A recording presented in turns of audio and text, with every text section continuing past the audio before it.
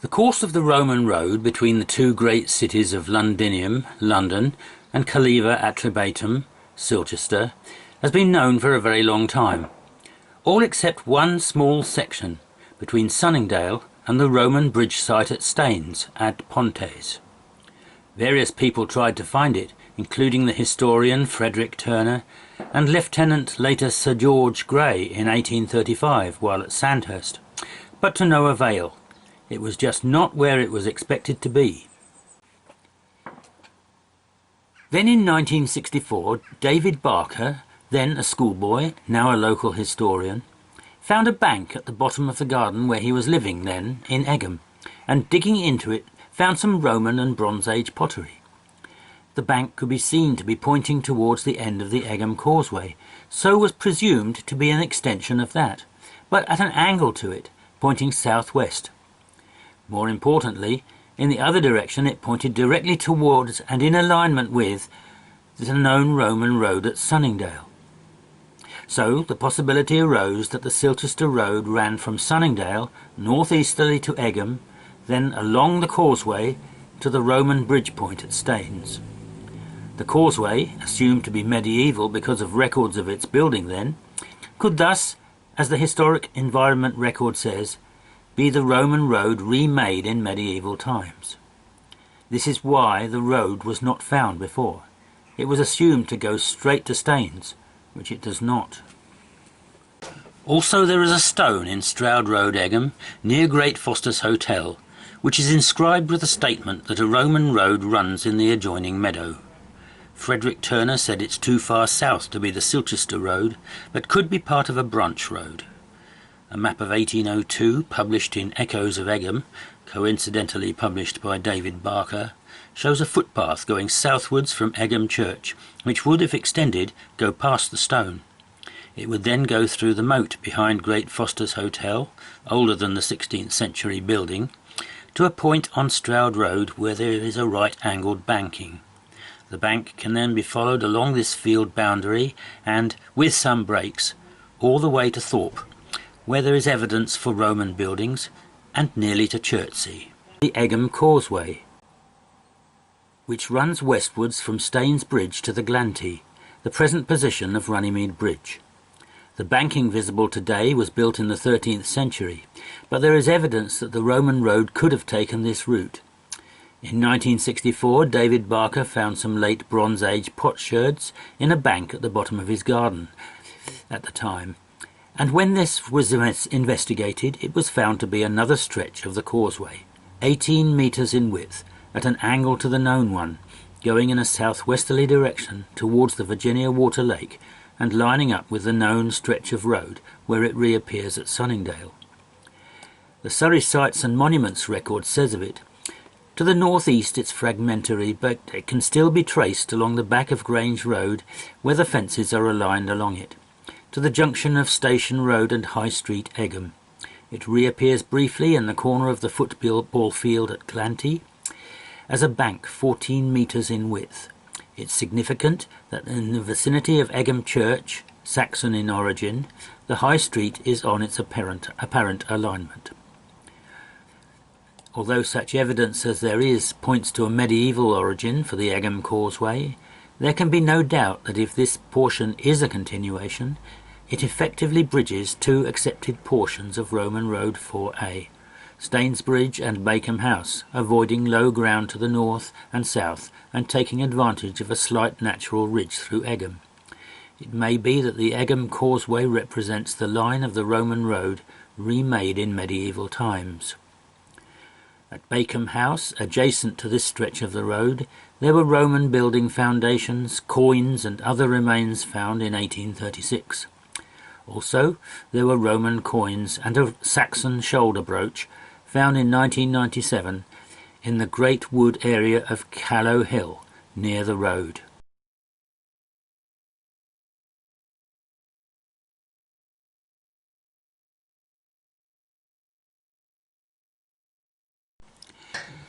The Virginia Water area was also low-lying marshy land before it was landscaped by William, Duke of Cumberland, in the 1740s. So this, and the subsequent building of the lake and park, and Fort Belvedere to the south, is probably the reason for the disappearance of the road here. Cumberland was a brother of George III and Ranger of Windsor Great Park. It's strange that the Virginia Water Roman Temple should have been placed exactly on the line of the road. This is a genuine temple, about 2,000 years old. However, it was not built here but at Leptis Magna near Tripoli in Libya. It was brought to England and presented to the Prince Regent in 1816. A proposal was made to use it for the portico of the British Museum, but this never materialised, and the stones were set up at Virginia Water as an ornament in 1826 by George IV to beautify his garden. Fort Belvedere to the southwest is also immediately adjacent to the line of the road. This was a folly that became a royal residence. The Duke of Cumberland built it as a lavish summer house, from the roof of which 7 counties can be seen. It was enlarged by George IV in 1828 and converted into the appearance of a fort. Edward VIII lived at Fort Belvedere from 1928 until his abdication in 1936, and his abdication broadcast was made from here. Southwest of Fort Belvedere, a walk revealed a stretch of private road and a field boundary in the other direction, following the line of the road near Coworth Farm. A little further on, the line of the road crosses Bedford Lane, Sunningdale. It's just beyond this that it appears on the street map as the Devil's Highway, the name it's been known by from here all the way to Silchester. It crosses Swinley Forest as a wide straight path, and it's clearly visible on the aerial photograph running north of Broadmoor Hospital in Crowthorne. Starting from Sunningdale, the known beginning of the road, it's very clear from the aerial picture as a wooded line. About halfway between here and Fort Belvedere, there is what appears to be a crop mark in a field, and a little further on a dark line crossing a wood, where the fence boundary and private road were found previously. Adjoining the fort's garden is also on the same alignment, which points directly at the fort building.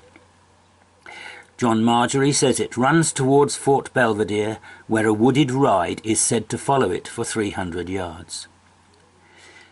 The alignment then crosses the Crown Estate land behind the fort and goes to the place where the Leptis Magna Roman Temple was placed when it was brought from Libya in the 18th century.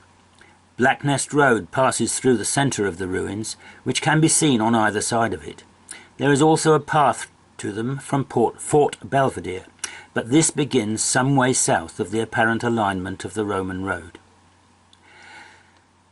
The line of the road then crosses the Virginia Water Lake, and just beyond it there is another dark mark, following the line in the Virginia Water grounds. When it reaches the A30 between Anglefield Green and Virginia Water, it seems to make a slight turn to align with a path running to the southeast of Royal Holloway College. There is quite a sizable bank here, and it's clearly visible in the aerial photograph. It continues from here to Grange Road, where the bank was found mentioned previously.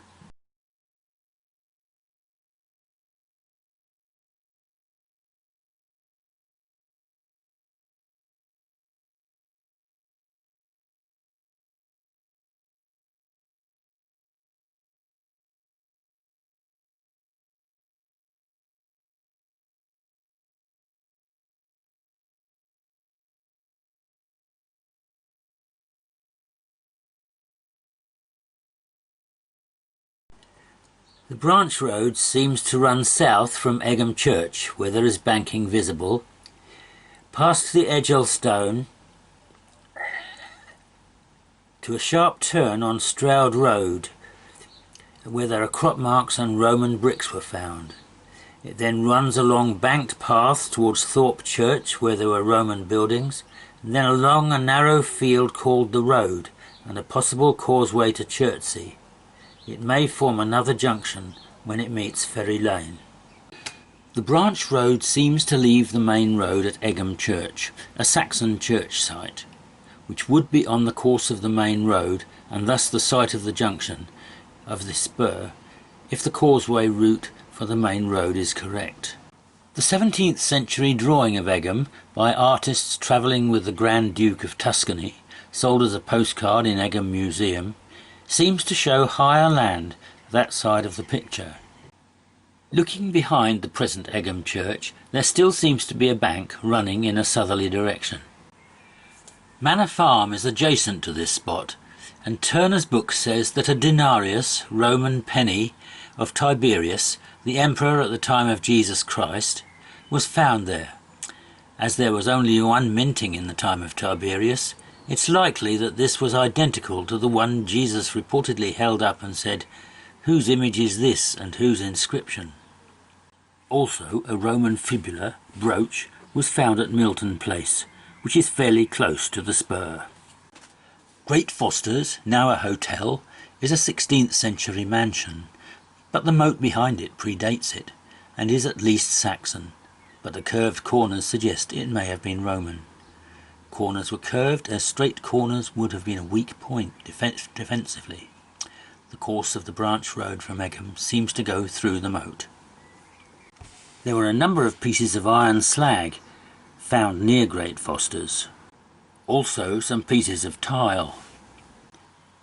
These are similar to pieces of slag and tile thought to be Roman, present in the wall of Bisley Church. There is no historical evidence of ironworking here in more recent times. Turner's book says the road could be a branch road leading to some entrenchments near Penton Hook. If this was the case, and presumably meaning the earthwork on Laleham Burway, the road would have to make a right-angle turn somewhere beyond Great Foster's. This right angle seems to be present on Stroud Road. A portion of bank at Quint's Cottage is at right angles to another, which runs along a field boundary and seems to be the best preserved stretch of the branch road. The bank has a wide flat top of about the same width as the one on the Egham Causeway bank.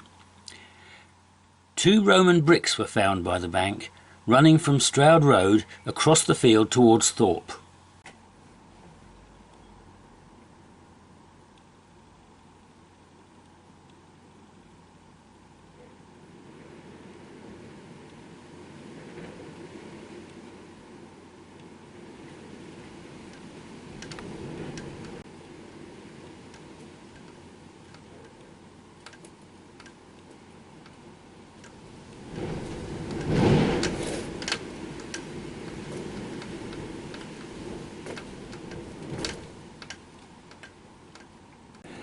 Marks south of the field boundary off Stroud Road, along which the branch road runs, from multimap aerial picture.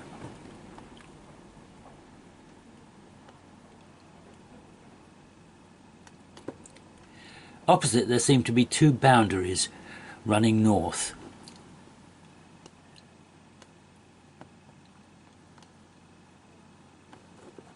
The combined length is about the same as that of the Roman circus racetrack found in 2005 at Colchester, which is about 350 metres long. Most circuses were about the same size. This picture also shows the moat behind Great Foster's Hotel. In times of heavy rain, this area has become flooded. Beyond the bridge over the stream, the line of the road continues as a path till it reaches the M25. There are 2 footpaths in the same alignment from the motorway bridge to Thorpe.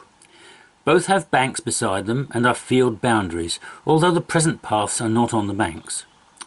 The one from the bridge to the B388 has the bank on the right of the path, looking towards Thorpe, and the one from the B388 to Thorpe village has the bank on the left.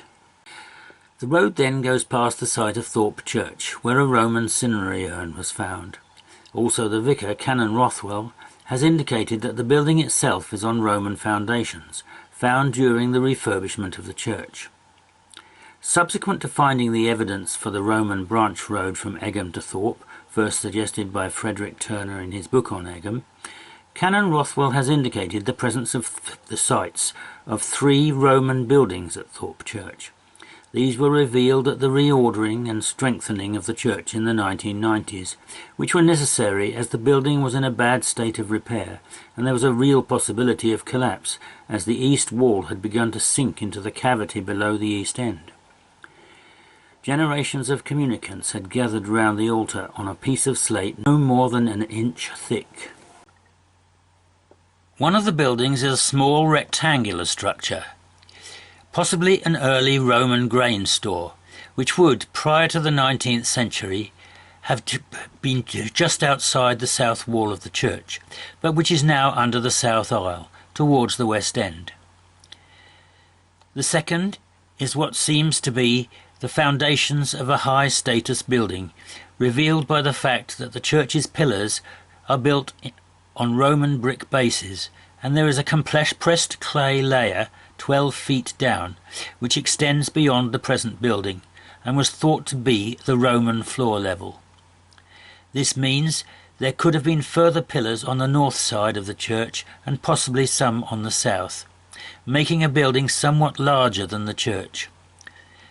There were some Roman mosaic tesserae found near one of the pillars on the south side, and part of a black and white incised tile.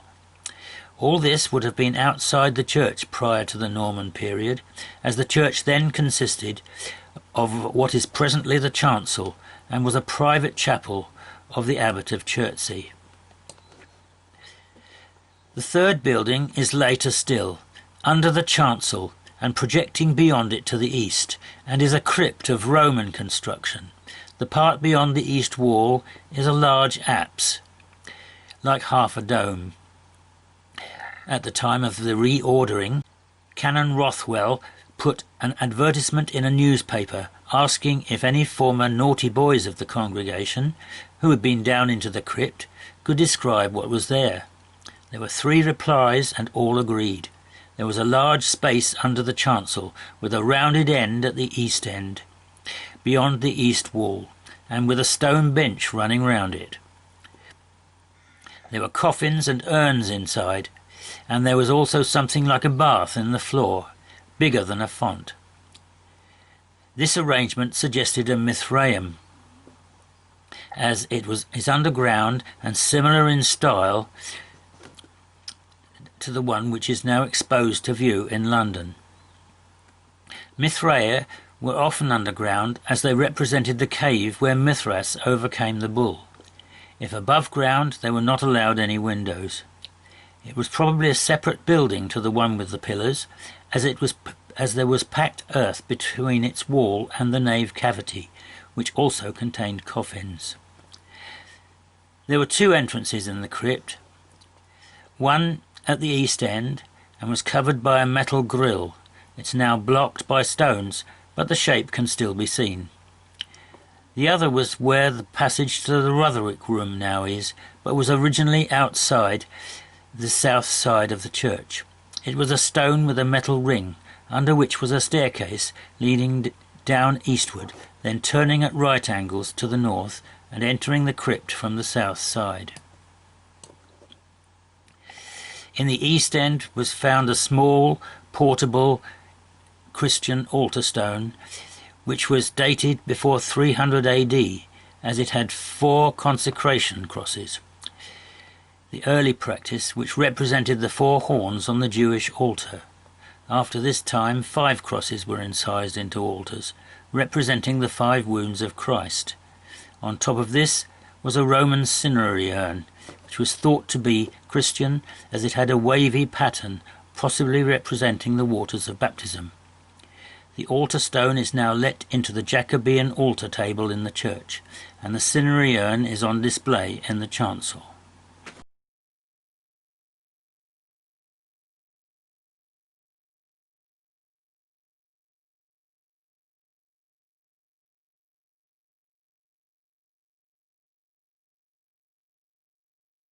The east end of Thorpe Church, the apse of the crypt, projects beyond the present wall, under the surface. Gill Williams' map of Thorpe village centre in 1810 shows the path coming southwards from the church, then making an almost right-angled turn to follow a long narrow field called the road. She writes that there was also a field boundary continuing the same line, and that the path meets the present course of Monk's Walk on the boundary of Thorpe to cross a stream at Burridge Stile. These areas are now largely flooded by the Thorpe Park lakes, but the public footpath of Monk's Walk still passes between them, crossing one by a bridge. There is a substantial bank on the right, looking towards Chertsey, for most of the way. Gill Williams' maps covering 1650 to 1810 and 1550 to 1650 also show the south-running track and the road track, and of the period 1215 to 1350 she writes that a causeway was said to link Thorpe and Chertsey. A quotation from Highways and Byways of Surrey by Eric Parker in 1908 seems to show that the path was well banked. But in Thorpe itself you can sit near the church on a stone stile, and look round at walls and roofs which might surely have sheltered Sir John Denham himself, walking by Thorpe to Chertsey. The site stands across an ancient right-of-way, which crosses the fields, a straight line from the churchyard to Chertsey. John de Rotherwick, doubtless, often walked or rode that lonely byway. Perhaps it was he who raised the level path dry and well drained out of the swampy snipe-haunted meadows that lay between the little church and the great abbey. It would seem that the road runs from the junction by Egham Church through Thorpe, the possible Mithraeum site, towards the part of Chertsey where the abbey was later to be built. There does not seem to be any indication that it went further, suggesting this was its ultimate destination. However, it has been suggested that the alignment of Ferry Lane and Guildford Street, Chertsey, is part of a Roman road. There are stretches of road in its alignment between Ashford and Laleham, and between Ottershaw and Woking. Suzanne Gailey gives evidence for this and a settlement in Chertsey in an archaeological assessment of land at Percroft Road. The possibility of Roman settlement at Chertsey has been recognised since the discovery of residual Roman pottery sherds and tiles on the site of Chertsey Abbey during excavations in 1953. It has been suggested that the straight alignment of Woking Road, Guildford Street and Ferry Lane may have been a Roman road leading to a crossing on the River Thames at Laleham, and other isolated finds have been discovered locally. Thus there could be a junction with another Roman road here.